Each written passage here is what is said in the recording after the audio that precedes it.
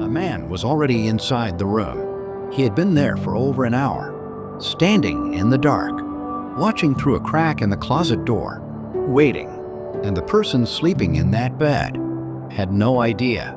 That is one of 3 real accounts in this video. And I need you to understand something before we begin. None of these people went looking for trouble. No abandoned buildings, no dares, no ghost hunting. They were at school, at work, in a hotel room, the most normal places in the world. And something found them anyway. I was 16 years old, junior year of high school. 5th period was lunch, and right after that came my favorite class, astronomy. Now, what made astronomy special wasn't the subject itself. It was where the class was held. My high school had 3 full floors, and even that wasn't enough.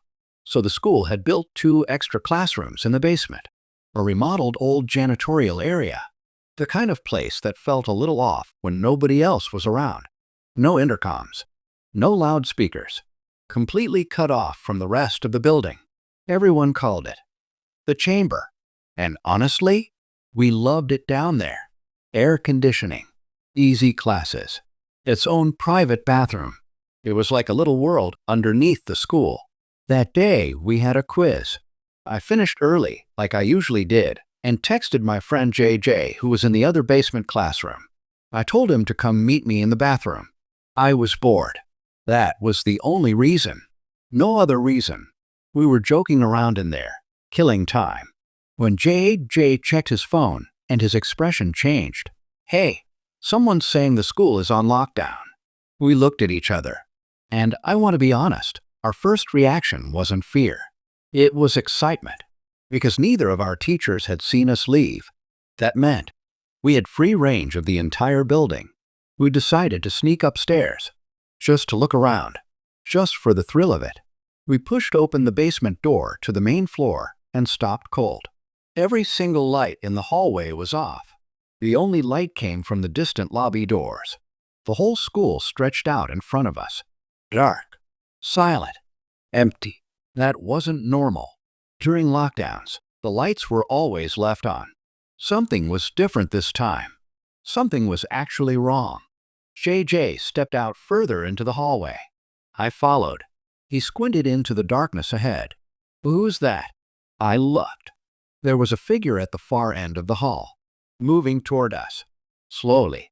We waited, hoping it was a teacher, hoping it was someone who belonged there. But as the figure got closer, we could see clearly it was not a staff member. He wasn't dressed like any adult who worked in that school. He was dressed like someone who had no business being there at all. Let's go, I said. We moved fast, back down to the basement. Both classroom doors were shut, lights off inside. We didn't want to draw attention, so we did the next logical thing. We went into the bathroom, shut the light, and hid in the corner stall together. Complete silence. No ventilation, no heat running, just the sound of our own breathing and an occasional drip from the sink. Then the bathroom door opened. A thin strip of hallway light cut across the floor, and then disappeared as the door swung shut again. Pitch black. We both stopped breathing. The room was so quiet that we could hear footsteps, slow ones, moving toward our side of the bathroom. They stopped right outside our stall. And then, a sound. Heavy breathing, like someone who had been running, or someone trying to control themselves. JJ leaned close to my ear and whispered, barely any sound at all. We have to crawl out through the other stalls. But in that silence, even a whisper travels. The breathing outside our stall stopped, and then the stall door rattled. Hard. Someone was pressing against it, testing it. I whispered one word. Go. We dropped to the floor, crawled under the first stall wall, then the next, then the next, all the way to the far end of the bathroom. By the time we were on our feet again, the person behind us was slamming on the stall door with both hands.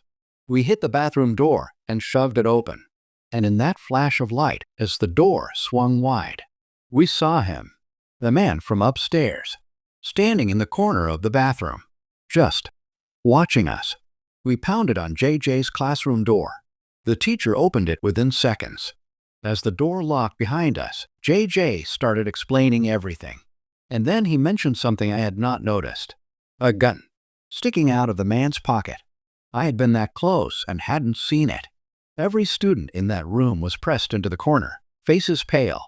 Then a loud bang hit the classroom door. The man was outside, staring through the small window, turning the handle. After several attempts, he gave up and walked back toward the stairs. We sat in silence for over an hour. When it was finally over, police were waiting outside. One officer patted me on the back after I gave my description. The school installed cameras everywhere after that day. The story never made the news. We never found out if they caught him. But I think about that bathroom, that silence, that breathing on the other side of the stall door. And I know exactly what would have happened if that lock had given way. This one comes from a retired police officer with 20 years on the force in New Jersey. In his words, this was the most disturbing call he ever received. It was a stormy afternoon, the kind of dark gray day where the light never quite shows up. My unit number was called over the radio. A lockdown was in progress at a nearby middle school.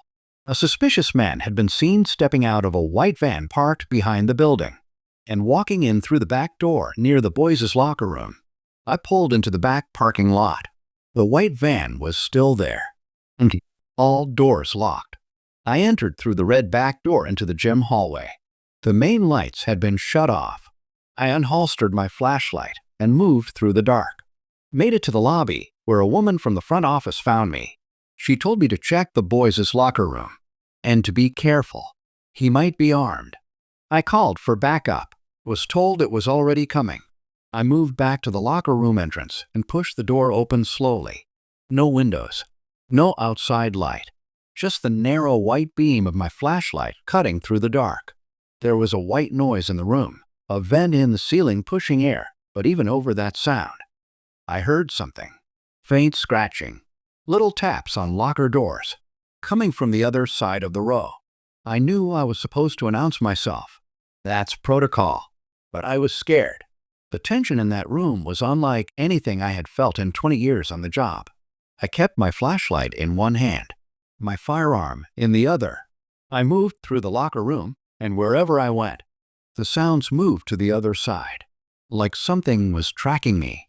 I reached the corner near the bathroom entrance, and then a locker door slammed somewhere nearby. I spun around. It had come from the football team's locker room, connected to the main room with no door between them. The lockers in there were massive, 3 times the normal size. I finally forced myself to announce, "Police." A child started screaming, muffled, desperate, from inside one of those lockers. A 12-year-old boy, trapped inside a locker, pounding on the metal door from the inside. I told him I'd be right back. I ran outside. The van was gone. In the panic of the locker room, I had made a critical mistake. I never ran the plates.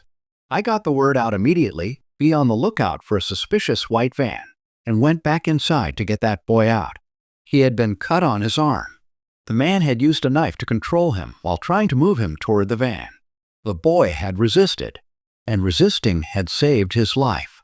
The van was spotted a week later in a convenience store parking lot. The man was identified and arrested. But I still think about those sounds in that locker room. That boy pounding on metal in the dark. And that van. Already gone when I got back outside. A few more minutes. That's all it would have taken. I was 17, visiting Rowan University, a school I was considering attending. My family couldn't come with me, so I made the trip alone. After a campus tour and dinner at a nearby restaurant, I returned to my room at a Hampton Inn at around 8 p.m. I planned to go back to campus the next morning. Simple enough trip. About an hour after getting back, something strange happened. A loud alarm started going off in my room.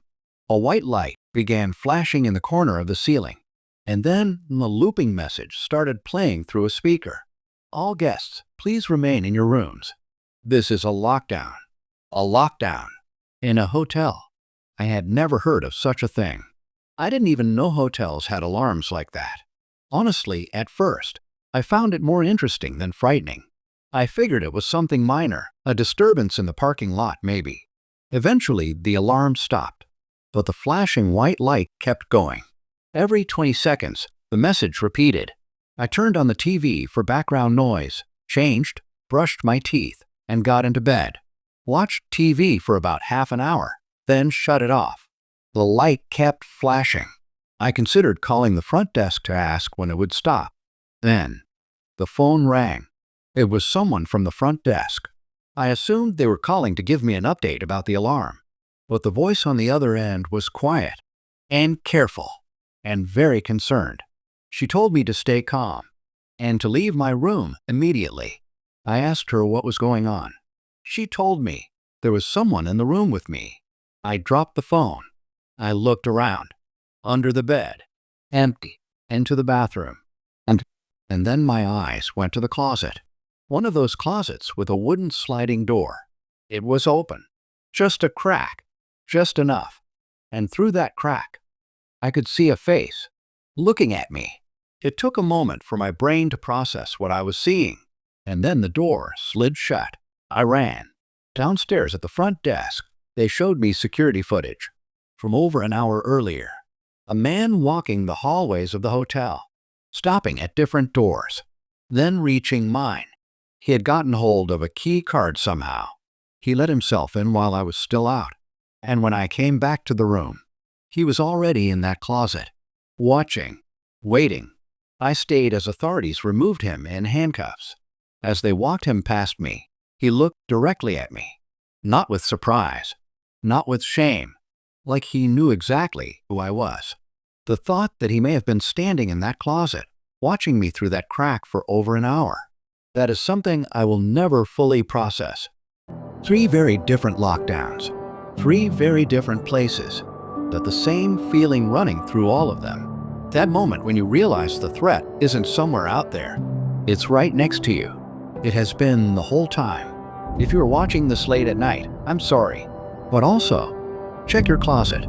Stay safe out there, and I'll see you in the next one.